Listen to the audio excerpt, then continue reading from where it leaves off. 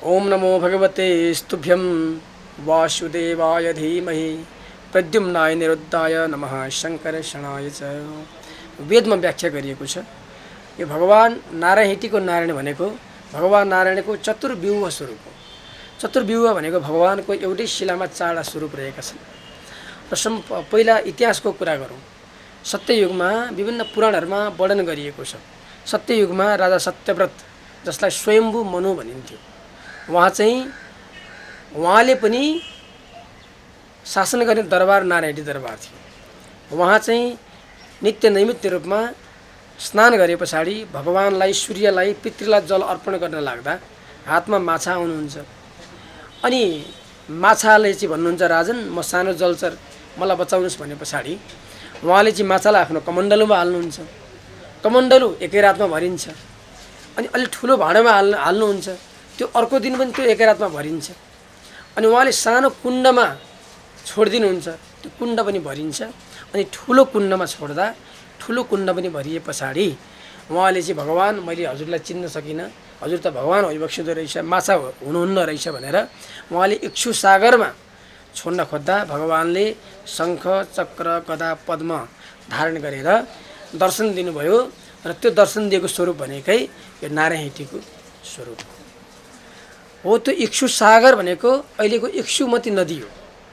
इक्षुमती नदीलाई काठमाडौँको नेवारी भाषामा टुकुचा भनिन्छ। टुकुचा नदी यही दरबारबाट बगेको छ, हजुरले हेर्नु होला, होइन भने। र सानो कुण्ड हाम्रो हिटी पोखरीमा गएर हेर्नु होला, सानो कुण्ड पनि छ, ठुलो कुण्ड पनि छ। यो भनेको चाहिँ भगवान नारायणको चतुर्व्यूह स्वरूप। र कालान्तरमा प्रियव्रत राजा, उत्तानपाद राजा हुँदै विक्रमादित्य राजाको पालामा पनि यो चाहिँ, यसलाई नेपालीका पुरी भनिन्थ्यो। त्यतिखेर नेपालको राज्य भारतको उज्जैनसम्म थियो, आसाम कामारू कामाख्यासम्म थियो, यता तिब्बत मानसरोवर केरुङ भन्दा माथिसम्म थियो। अत्यन्त विशाल राज्य थियो। त्यतिखेर पनि उज्जैनमा जन्मिएका विक्रमादित्य राजाको राज्य गर्ने, शक्ति प्राप्त गर्ने मुख्य दरबार चाहिँ नारायण हिटी दरबार, भगवान चतुर्व्यूह नारायणको धाम थियो। त्यो समयमा जल नआउँदा, धारामा हिटीमा जल नआउँदा राजालाई सपनामा दृश्य भयो, राजन 32 लक्षणले युक्त भएको व्यक्तिको बलिदान गर्नुपर्छ, राज्यको सर्वोच्च व्यक्तिको। भने पछाडि सर्वोच्च व्यक्ति कि आफू, कि आफ्नो छोरा युवराज, कि आफ्नी श्रीमती महारानी। छोरालाई शिरछेदन गरौँ, राज्य संयन्त्र भोलि नष्ट हुन्छ। नारीलाई हाम्रो शास्त्रमा कहिले पनि हत्या गर्ने लेखिएको छैन। यत्र नारीस्तु पूज्यन्ते रमन्ते तत्र देवता। जहाँ नारीको सम्मान हुन्छ त्यहाँ देवताको पूजा हुन्छ। त्यही भएर हामी नवदुर्गाको पनि पूजा गर्छौँ नि। नारीलाई राधा रानी भनेर, आमा भनेर पूजा गर्छौँ, जननी भन्छौँ। त्यसले गर्दा नारीलाई हुँदैन भनेर राजाले भन्छन्, म आफू त्यहाँ गएर शयन गर्ने। र बाबुलाई भन्छन्, बाबु युवराज, एउटा सेतो वस्त्र लगाएर एउटा मसान त्यहाँ शुद्ध रहेछ, तिमीले त्यसलाई तरबारले छेदन गर्नु भने पछाडि युवराजले गएर छेदन गर्छन्। पितालाई पिता हुन् भनेर थाहा हुँदैन, भोलिपल्ट थाहा हुन्छ। राजाको शिर, अनि त्यो तरबार, र राजाले साधना गर्ने कालो कराई, योगिनीका साधक थिए राजा। त्यो कालो कराई उडेर वज्रयोगिनीमा जान्छ। अहिले पनि वज्रयोगिनीमा छ, यहाँले जानुभयो भने भेट्न सक्नुहुन्छ। र राजाको शरीरको जुन छ त्यो अहिले नारायण हिटीमै छ। त्यही भएर नारायण हिटी भनेको चाहिँ विक्रमादित्य राजाको समाधिस्थल हो। सोही समयबाट नेपालमा, यो भारतवर्षमा विक्रम सम्वत सुरुवात भयो। विक्रम सम्वतको सुरुवात भएको भूमि भनेको नारायण हिटी हो। र हुँदै हुँदै हुँदै गोपाल वंशी, महिष वंशी, लिच्छवी वंशी, किराँत, मल्ल, राणा, शाह, सबै राज्य प्रमुख, राष्ट्र प्रमुखले चाहिँ नारायण हिटीलाई चाहिँ शक्ति केन्द्रको रूपमा उपासना गर्दै आउने परम्परा रह्यो। र लिच्छवी कालमा राजा मानदेवको पालामा हाम्रो नारायण हिटीको यो बाहिरी स्वरूप, यो रातो ठुलो मन्दिर जुन देख्नुहुन्छ, यो मन्दिर चाहिँ 4औं शताब्दीमा, 4th सेन्चुरीमा लिच्छवी कालमा राजा मानदेवले बनाएको हो। यो शैली हेर्नुहोस्, शिखर शैलीको छ। अरू मन्दिर प्यागोडा शैलीको छ। पशुपतिनाथ प्यागोडा शैली, चाङ्गुनारायण प्यागोडा शैली, यो शिखर शैलीको मन्दिर हो। यो 1700 वर्ष पुरानो लिच्छवी कालको सबैभन्दा अनुपम चाहिँ संरचना भनेको यो नारायण हिटीको शिखर शैलीको मन्दिर हो। र यही मन्दिरलाई दक्षिण भारतले पछि फलो गर्यो, उसले बनायो। कालान्तरमा पाटनको कृष्ण मन्दिर पनि बन्यो। र धेरै अहिलेका मठ मन्दिरहरू यो शैलीका बनेका छन्। र शिखर शैलीको मन्दिरको प्रमुख केन्द्रबिन्दु भनेको नारायण हिटी पनि हो। र यसरी हुँदै गर्दाखेरि पछिल्लो चरणमा कुरा गर्दा राजा ज्ञानेन्द्रको चाहिँ राज्याभिषेकको कुरा गरौँ, वीरेन्द्रको राज्याभिषेकका कुराहरू भए, हृदयेन्द्रको पास्नेका कुराहरू भए, पारस सरकारको युवराज धिराज घोषणा गर्ने कुराहरू भए, राजाहरूले चाहिँ दशैँमा टिका लाउने कुराहरू भए र राज्यले चाहिँ यहाँबाट कहीँ बाहिर भ्रमण गरेर आउँदा पनि शक्ति केन्द्रको लागि चाहिँ यहाँ शक्ति लिएर मात्रै गर्ने परम्परा रहँदै आयो। यसरी नारायणी धाम भनेको चाहिँ यो चतुर्व्यूह नारायण धाम, यसलाई हामी master pilgrimage of the world पनि भन्छौँ, विश्वमा कहीँ पनि छैन। डाक्टर जगमान गुरुङ संस्कृतिविद प्रज्ञा प्रतिष्ठानका उपकुलपति उहाँले नै भन्नुभएको छ, यो नारायणी भनेको चाहिँ masterpiece of the world हो, संसारमा कहीँ पनि छैन।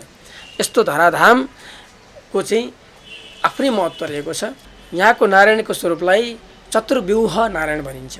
मैले अघि पनि मन्त्र भने, ओम नमो भगवते स्तुभ्यम वासुदेवाय धीमहि प्रद्युम्नाय निरुद्धाय नमः शङ्कर्षणाय च। यो मन्त्र छ। सत्ययुगमा भगवान विष्णुका नाभि कमलबाट ब्रह्माजी उत्पन्न हुनुभयो, हामीले सुन्दै आएको इतिहास छ। ब्रह्माजीका पहिलो सन्तान 4 थिए, मानस पुत्र, फिजिकल्ली जन्मेको होइन, मानसिक रूपमा जन्मिएका सन्तान 4 थिए, सनक, सनन्दन, सनातन, सनत कुमार। यो स्वरूपलाई सत्ययुगको चतुर्व्यूह नारायणको स्वरूप भनिन्छ। त्यो स्वरूप भनेको नारायणीको स्वरूप। त्रेतायुगमा भगवान श्रीराम, लक्ष्मण, भरत, शत्रुघ्न, यसलाई श्रीरामको चतुर्व्यूह स्वरूप भनिन्छ, त्यो नारायणीको मात्रै स्वरूप। द्वापर युगको श्रीकृष्ण, बलराम, शङ्कर्षण, प्रद्युम्न, अनिरुद्ध, यो चतुर्व्यूह स्वरूप भनेको नारायणीको स्वरूप। त्यही भएर कृष्णाष्टमीमा रातको 12 बजे पूजा हुन्छ, भोलिपल्ट खट यात्रा हुन्छ। रामनवमीमा दिनको 12 बजे पूजा हुन्छ यहाँ। नृसिंह जयन्तीमा गोधुली साँझमा पूजा हुन्छ यहाँ। अनि यहाँ शिरमा योगिनी माताको पूजा हुन्छ। यहाँ नवरात्रको त्यस्तै अनुपम पूजा हुन्छ यहाँ। र अहिले कलियुगको काठमाडौँको 4 नारायण, इचङ्गो नारायण, विष्णुको नारायण, शेष नारायण, चाङ्गो नारायण र यी बद्री, केदार, गङ्गोत्री, यमुनोत्री 4 धाम भनिन्छ। यो सबैको चाहिँ चतुर्व्यूह स्वरूप भनेको चाहिँ केवल नारायणीको स्वरूप मात्रै हो। अझ भन्नुपर्दा नारायणी भनेको चाहिँ विष्णुको ज्योतिर स्वरूप भयो, पशुपतिनाथ भनेको शिवको ज्योतिर्लिङ्ग भयो। त्यही भएर राजा महाराजाले के गर्थे, पहिला नारायणीको दर्शन गर्थे अनि मात्रै पशुपतिनाथको दर्शन गर्न जान्थे। हजुरले हेर्नु होला, नारायणीको भगवानको महास्नान, यसलाई राज्याभिषेक भनिन्छ। यो स्नान बिहान 8 बजेभन्दा अगाडि हुन्छ। पशुपतिनाथको स्नान भनेको 8 बजेभन्दा पछाडि हुन्छ। र यहाँको पूजा भएपछि मात्रै पशुपतिनाथको पूजा हुने प्रचलन हो। दरबारले गर्दा धेरैलाई थाहा भएन। पशुपतिनाथ पहिलेदेखि नै पब्लिकलाई ओपन भएर हो। र यो कुरालाई अब मिडियाले चाहिँ यो जुन भएको इतिहास जगजाहेर, यो बनाएको बनावटी कुरा होइन, यो इतिहासलाई चाहिँ जगजाहेर गर्दै यहाँहरूले प्रचार गरेर यहाँ अरबौँ धर्मावलम्बीहरू, यो त इतिहास पनि छ, यहाँ त धर्म मात्रै छैन, यहाँ त सिङ्गो इतिहास छ, जीवन्त इतिहास छ, विक्रम सम्वतको इतिहास छ। यहाँ त शिखर शैलीको यो इतिहास छ।